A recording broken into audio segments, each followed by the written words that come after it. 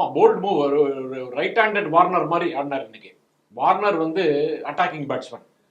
Warner போனதுக்கு அப்புறம் அவங்களுக்கு என்ன பண்றதுன்னே தெரியல. ஆஸ்திரேலியன் செலெக்ஷன் கமிட்டிக்கு வார்னர் போனதுக்கு அப்புறம் அந்த லாஸ்ட் 6 monthsல என்ன பண்ணல, ஸ்மித்தை ஓப்பனிங் ப்ரொமோட் பண்ணி ஒரு சீரீஸ் ஆடி பார்த்தாங்க, சரியா வரல. ஸ்மித் வந்து ஓப்பனிங்லேயும் ஆட முடியல, மிடில் ஆர்டர்லையும் வீக்காக படுத்து அது மாதிரி ஆயிடுது.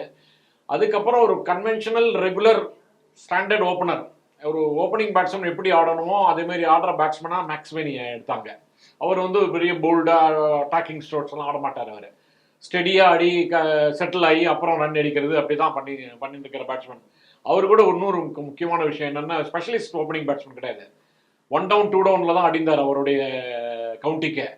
அவர் ஆனால் நிறைய நியூ பால்லாம் நல்லா ஆடுறாரு, அவருக்கு ஒரு பிரைட் ஃபியூச்சர் இருக்கு, நல்ல ப்ராஸ்பெக்ட் அப்படின்னு நினைச்சிட்டு அவங்கள ஒரு ஓப்பனிங் இறக்கினாங்க. பட் அவர் வந்து நல்ல பூம்ராட்ட மாட்டின்ட்டாரு. நல்ல பூம்ரா வந்து அவரை வந்து செட்டிலே ஆகவிடலை எந்த மேட்சும்.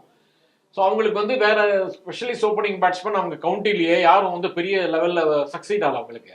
அதனால ஒரு ஒரு ஒரு ஒரு ஒரு ரிஸ்க் எடுப்போம் அப்படின்னு எடுத்திருக்காங்க. அது கிளிக் ஆயிடுதுன்னு சொல்லிட முடியாது. வந்து வந்து அவர் ஆடின ஷாட்ஸ் எல்லாம் ரிவர்ஸ் ஸ்வீப்பு, ஸ்கூப் ஷாட்டு, ஒரு ஒன் டேல ஒரு T20லயே ஆடுற மாதிரி ஏறி வந்து ஒரு டிரைவ் ஆடுறது, அது மாதிரி ஆன் த ரைஸ்.